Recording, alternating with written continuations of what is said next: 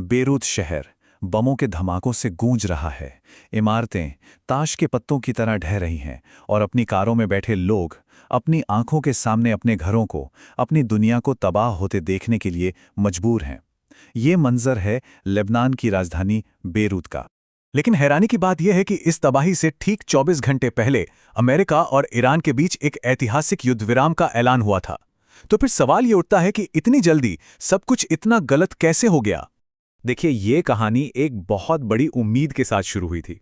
पाकिस्तान की मध्यस्थता से 10 पॉइंट का एक सीज फायर तय हुआ था और इसकी शर्तें ईरान के लिए इतनी ज्यादा फायदेमंद थीं कि यकीन करना मुश्किल था। अब जरा इस स्लाइड की आखिरी लाइन पर गौर कीजिए। लेबनान पर कोई हमला नहीं। ये वो शर्त थी जिसे पाकिस्तान के प्रधानमंत्री ने सबके सामने रखा था और शुरू में अमेरिका ने भी इस पर हामी भरी थी। और यही एक छोटा सा पॉइंट पूरे समझौते के ढहने की वजह बन गया। ये जो नाजुक शांति थी वो एक दिन भी नहीं टिक पाई। देखिए घटनाएं कितनी तेजी से घटी। सुबह 5 बजे युद्ध विराम का ऐलान हुआ। दोपहर के 3:44 तक ईरान की एक तेल रिफाइनरी पर हमला हो गया और शाम के 4:41 होते होते बेरूत पर इजरायली हवाई हमलों की बौछार शुरू हो गई। तो 12 घंटे से भी कम समय में जो एक बड़ी डिप्लोमैटिक जीत लग रही थी वो अब एक खुली जंग में तब्दील हो चुकी थी। रिफाइनरी पर हुए हमले के जवाब में ईरान ने यूएई और कुवैत पर जवाबी हमले तो किए, लेकिन असली तबाही का मंजर तो लेबनान में देखने को मिल रहा था। लेबनान पर इजराइल का जवाब बहुत तेज और बहुत ही ज्यादा विनाशकारी था। चलिए देखते हैं कि यह हमला असल में कितना बड़ा था। 100 बेरूत पर 100 अलग अलग हवाई हमले किए गए और ये सब हुआ सिर्फ 10 मिनट के अंदर। सोचिए, ये उस साल की सबसे भयानक बमबारी में से एक थी।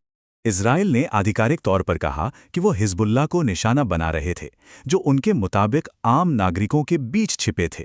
लेकिन इस एक्शन की इंसानी कीमत बहुत बहुत ज्यादा थी। शुरुआती रिपोर्ट्स के मुताबिक कम से कम 2054 लोगों की मौत हो गई, 254 जिंदगियां जो बस एक पल में खत्म हो गईं।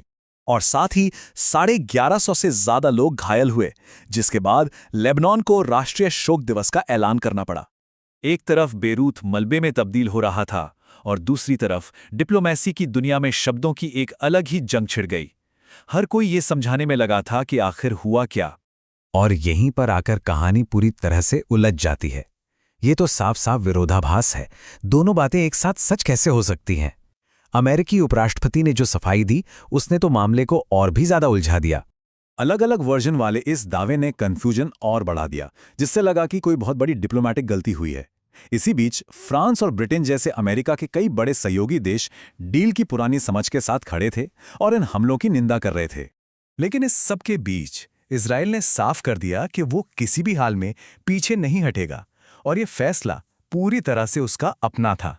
इजराइल के प्रधानमंत्री ने खुलेआम कहा कि हमारी उंगली अभी भी ट्रिगर पर है। मतलब साफ था, ईरान के साथ हुए सीज फायर का उनकी कार्रवाई से कोई लेना देना नहीं था। अमेरिका के इस तरह मुकरने और इजराइल के हमले के बाद ईरान को लगा कि उसके साथ धोखा हुआ है और फिर ईरान ने अपना सबसे बड़ा दांव खेला।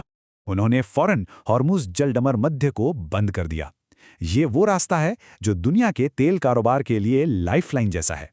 अमेरिकी प्रशासन ने कहा कि ये बिल्कुल अस्वीकार्य है, लेकिन तब तक जो नुकसान होना था वो हो चुका था। डील पूरी तरह से खत्म हो चुकी थी। और बात यहीं खत्म नहीं हुई। अमेरिका ने डील का एक और बड़ा वादा तोड़ दिया और ये साफ कर दिया कि उसकी फौजें इलाके से वापस नहीं हटेंगी। तो इन 24 घंटों की उथल-पुथल से क्या सबक मिलता है? सबक साफ है कि इस कॉम्प्लेक्स इलाके में दो सुपर पावर के बीच हुई डील भी तब तक बेमतलब है जब तक उस इलाके का कोई बड़ा और अहम देश उस पर राजी ना हो। और ये हमें आज के सबसे बड़े सवाल पर लाकर खड़ा करता है। क्या ये नाकाम सीज फायर शांति का आखिरी मौका था या फिर एक बहुत बड़े और भयानक युद्ध की शुरुआत?